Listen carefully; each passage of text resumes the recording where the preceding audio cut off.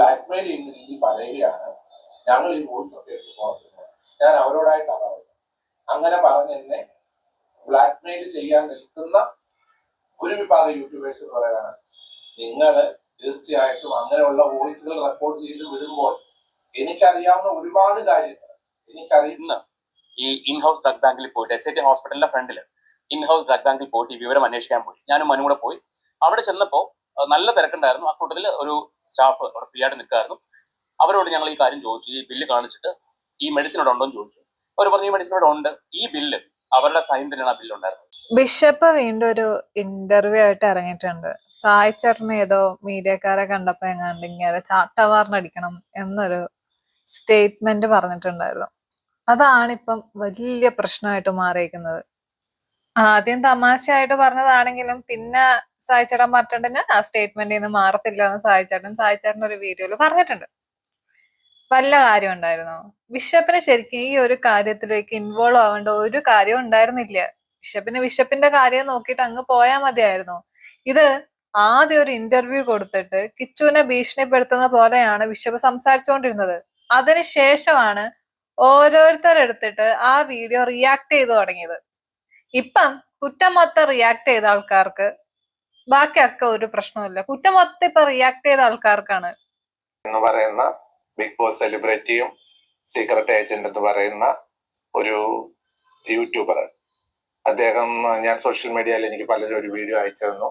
ആ ബിഷപ്പ് എന്ന് പറയുന്ന ആളിനെ ചാട്ടവാറ് കൊണ്ടടിക്കണം. യേശുക്രിസ്തു കുരിശയിൽ കിടക്കുന്ന കാരണത്താലാണ് യേശു കുരിശയിൽ നിന്ന് ഇറങ്ങി വന്നിരുന്നെങ്കിൽ തീർച്ചയായിട്ടും അയാളുടെ മുഖം അടിച്ച് പൊളിച്ചേനേമെന്ന് അദ്ദേഹം പറഞ്ഞതായിട്ടുള്ളൊരു വീഡിയോ ഞാൻ കാണുവാനിടയായി.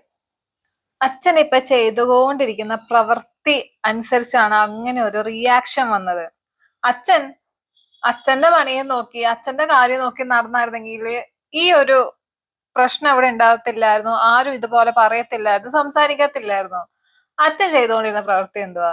മുൻപ് രേണുസുധീനെ വിമർശിക്കുന്ന ആൾക്കാർക്കൊക്കെ ഭയങ്കരമായിട്ട് സപ്പോർട്ട് കൊടുത്ത് കൈ കൊടുത്ത് വാട്സപ്പിൽ മെസ്സേജ് അയച്ച് ഓരോ വീഡിയോസും എടുത്ത് അയച്ചു കൊടുത്തിട്ട് ഇത് റിയാക്ട് ചെയ്യുക അത് റിയാക്ട് ചെയ്യുന്ന പറഞ്ഞിട്ട് അച്ഛൻ അയച്ചു കൊടുത്തിട്ട് പെട്ടെന്നൊരു ദിവസം തിരിഞ്ഞ് രേണുസുധീനെ സപ്പോർട്ട് ചെയ്ത് കിച്ചുവിനെ കുറ്റം പറഞ്ഞ് യൂട്യൂബേഴ്സിന്റെ നെഞ്ചത്തോട്ടും കൂടെ കയറി. ഇല്ലാന്ന് പറയാൻ പറ്റത്തില്ലല്ലോ. അച്ഛൻ അതാണ് ചെയ്യുന്നത്. അച്ഛൻ അങ്ങോട്ടും ചാടും ഇങ്ങോട്ടും ചാടും. അതനുസരിച്ചിട്ടാണ് ആൾക്കാർ ഓരോന്നനുസരിച്ച് റിയാക്ട് ചെയ്യുന്നത്. അല്ലാതെ അടങ്ങി ഒതുങ്ങി എവിടെയെങ്കിലും ഇരിക്കുന്നത് അച്ഛന്റെ അടുത്ത് വന്നിട്ട് ഇങ്ങനെയാണ് എന്ന് പറയുന്നില്ല. അച്ഛൻ ചെയ്ത പ്രവർത്തിക്കാണ് റിയാക്ഷൻ വരുന്നത്. അത് ഉൾക്കൊള്ളാനുള്ള ഇത് അച്ഛൻ കാണിച്ചേ പറ്റത്തുള്ളൂ. ബ്ലാക്ക്മെയിൽ ചെയ്യുന്ന രീതി പറയുകയാണ്. ഞങ്ങൾ ഈ വോയിസ് ഒക്കെ എടുത്ത് പുറത്തിടുക. ഞാൻ അവരോടായിട്ടാണ് പറയുന്നത്. അങ്ങനെ പറഞ്ഞ് എന്നെ ബ്ലാക്ക്മെയിൽ ചെയ്യാൻ നിൽക്കുന്ന ഒരു വിഭാഗം യൂട്യൂബേഴ്സ് എന്ന് പറയുകയാണ്, നിങ്ങൾ തീർച്ചയായിട്ടും അങ്ങനെയുള്ള വോയിസുകൾ റെക്കോർഡ് ചെയ്ത് വിടുമ്പോൾ എനിക്കറിയാവുന്ന ഒരുപാട് കാര്യങ്ങൾ, എനിക്കറിയാവുന്ന പല കാര്യങ്ങളും ഞാൻ പബ്ലിക്കിനോട് വന്ന് കൃത്യമായിട്ട് പറയും. അതും തെളിവുകളോടുകൂടി തന്നെ. ഇവിടെ ഭീഷണിപ്പെടുത്തുവല്ലേ നിങ്ങൾ ചെയ്യുന്നത്? നിങ്ങൾ കഴിഞ്ഞ വീഡിയോയിലും, അതായത് ഇത്രയും വിവാദം ഉണ്ടാവാൻ നിന്ന വീഡിയോയിലും ഇതേ ടോണിൽ ഭീഷണിപ്പെടുത്തുമായിരുന്നു. ഇതിലും നിങ്ങൾ ഭീഷണിപ്പെടുത്തുവാണ്. അപ്പൊ പിന്നെ ആൾക്കാരെ മിണ്ടാണ്ടിരിക്കോ? ഇല്ല, അവര് റിയാക്ട് ചെയ്യും. ആ റിയാക്ഷൻ ആണ് സായിച്ചേട്ടൻ പറഞ്ഞതും. ബിഷപ്പിന്റെ കാര്യം നോക്കി ബിഷപ്പിന്റെ പണിയും നോക്കി ഇരുന്നായിരുന്നെങ്കിൽ ഈ ഒരു പ്രശ്നം എവിടെയും വരത്തില്ല. ഇതൊരുമാതിരി അവിടെ ഒന്ന് പറയാ ഇവിടെ ഒന്ന് പറയാ, ഒരുമാതിരി പരദൂഷണം പറയുന്ന പോലെയാണ് ബിഷപ്പ് ഇപ്പൊ പെരുമാറിക്കൊണ്ടിരിക്കുന്നത്. ബിഷപ്പിന് പറ്റിയ ജോലിയാണോ അത്? അതൊന്ന് സ്വയം ഒന്ന് ആലോചിക്കണം. അച്ഛൻ ഈ സംസാരിക്കുന്നത് മൊത്തം കിച്ചുവിനെതിരെയാ. കിച്ചു എവിടെയെങ്കിലും വന്നിട്ട് ബിഷപ്പ് അങ്ങനെയാണ്, ബിഷപ്പ് ഇങ്ങനെയാണ്, ബിഷപ്പിനെ വിശ്വസിക്കാൻ കൊള്ളത്തില്ല എന്തെങ്കിലുമൊക്കെ പറഞ്ഞിട്ട് അച്ഛൻ കേട്ടിട്ടുണ്ടോ? എവിടെയെങ്കിലും? അവന്റെ കാര്യം നോക്കിയിട്ട് അവന്റെ ബിസിനസ് നോക്കിയിട്ട് അവന്റെ വഴിക്ക് പോയ ഒരുത്തനെ ഒരു ഇന്റർവ്യൂ കൊണ്ടുവന്ന് പിടിച്ചു വരുത്തി ഇട്ട് കൊടുത്തത് അച്ഛനാണ്. സോഷ്യൽ മീഡിയയിൽ ഇട്ട് കൊടുത്തത് അച്ഛൻ എന്ന് പറയുന്ന വ്യക്തിയാണ് അല്ലേ? എന്നിട്ട് അവൻ എന്തേലും പറഞ്ഞോ? ഇല്ല. ആ വീഡിയോ കണ്ടിട്ട് അത് ശരിയല്ല എന്ന് തോന്നിയപ്പം ആൾക്കാരാണ് സംസാരിച്ചു തുടങ്ങിയത്. അത് റിയാക്ഷൻ വീഡിയോ ചെയ്യുന്ന ആൾക്കാരല്ല, ബാക്കിയുള്ള പൊതുജനങ്ങൾ വരെ സംസാരിച്ചു തുടങ്ങിയിട്ടുണ്ട് ബിഷപ്പിന്റെ സംസാര രീതി കണ്ടിട്ട്. അവിടെ ഒന്നും ബിഷപ്പിന് പ്രശ്നം തോന്നിയില്ല. ഇവിടെ യൂട്യൂബേഴ്സ് കുറച്ച് നിങ്ങൾ സംസാരിച്ച വീഡിയോ ഞങ്ങളുടെ കയ്യിലുണ്ട്, ഞങ്ങൾ അതെടുത്ത് പുറത്തിടും എന്ന് പറഞ്ഞതാണ് വലിയ പ്രശ്നമായിട്ട് തോന്നിയതും ഭീഷണിപ്പെടുത്താനായിട്ട് ഇപ്പം ഇന്റർവ്യൂ ആയിട്ട് വന്നതും അല്ലേ? എന്റെ CC ക്യാമറയിൽ വന്ന തെളിവുകളുണ്ട് പല കാര്യങ്ങൾ. അത് വെച്ച് ഞാൻ പല കാര്യങ്ങൾ പറയാനിടയാകുമ്പോൾ പലർക്കും അത് മുറിവേൽക്കപ്പെടും. എനിക്കിപ്പോ അതിന് തുനിയേണ്ട ആവശ്യമില്ലെന്ന് ഓർത്ത് ഞാൻ സൗമ്യമായിട്ട് എന്റെ കാര്യം നോക്കി ഞാൻ മുന്നോട്ട് പോവുകയാണ്. സായി കൃഷ്ണനോട് എനിക്ക് പറയാനുള്ളത്, എന്റെ മുഖം അടിച്ചു പൊളിക്കണം എന്ന് നിങ്ങൾ പറഞ്ഞിട്ടുണ്ടെങ്കിൽ അത് ദൈവം നിങ്ങളോട് ക്ഷമിക്കട്ടെ.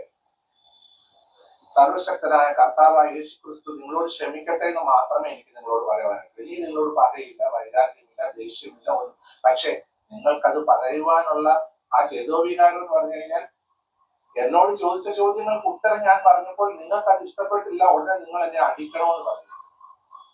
അത് ചാട്ടവാറുകൊണ്ട് എന്നെ അടിക്കണമെന്ന് പറഞ്ഞു.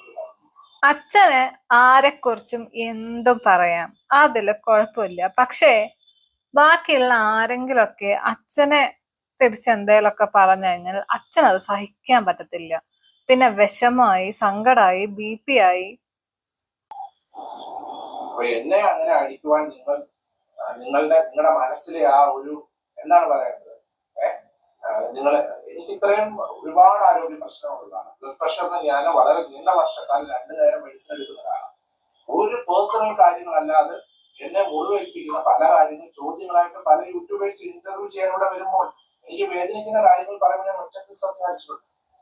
എന്റെ വായടക്കണം, മിണ്ടാതിരിക്കണം, അതൊരു അഭിപ്രായ സ്വാതന്ത്ര്യത്തെ ഹനിക്കുന്നത് പോലാണ് എനിക്ക് മനസ്സിലായത്. എന്നോട് ചോദിക്കണം, പല ആൾക്കാരും മൈക്കുമായിട്ട് സീക്രട്ട് ഏജന്റ് സായിയുടെ അടുത്തേക്ക് ഇരുന്ന് ചോദിച്ചപ്പോഴാണല്ലോ അദ്ദേഹത്തിന്റെ അഭിപ്രായം പറഞ്ഞ് എന്റെ മുഖം അടിച്ചു കുടിക്കണമെന്ന് പറഞ്ഞത്. ഇതിലോട്ട് ഞാൻ ഡൗൺലോഡ് ചെയ്തു. അപ്പൊ എന്നോട് വന്ന് ചോദിച്ച ഇപ്പൊ നിങ്ങളോട് പറയാണ്, ഒരിക്കലും അദ്ദേഹത്തോട് എനിക്കൊരു പകയല്ല, ദേഷ്യമല്ല.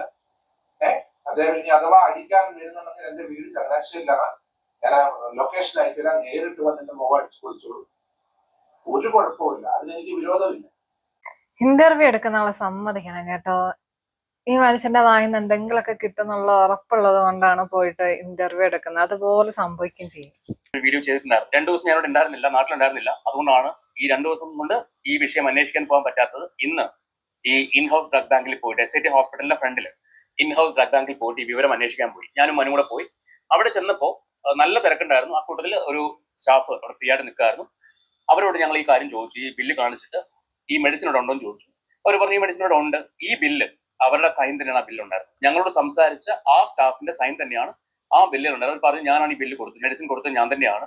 2,57,000 രൂപയാണ് എന്റെ ആക്ച്വൽ പ്രൈസ്. അതിൽ നിന്ന് 54,000 സംതിങ് എമൗണ്ട് വേവ് ചെയ്ത് 2,02,600 രൂപയ്ക്കാണ് ഈ മെഡിസിൻ അവർക്ക് കൊടുത്തിരുന്നത്. സോ ബില്ല് ഫാബ്രിക്കേറ്റഡ് അല്ല, അത് ഞങ്ങൾ നേരിട്ട് പോയി സംസാരിച്ച് അറിഞ്ഞ കാര്യമാണ്.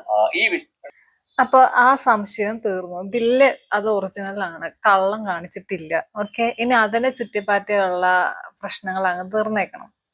ശരി, എന്നാ വിശപ്പേ വല്ലയിടത്തും അടങ്ങി ഒതുങ്ങിയിരിക്കും. അടുത്ത വിവാദം ഉണ്ടാക്കാൻ വേണ്ടിട്ട് വരരുത്. ശരി.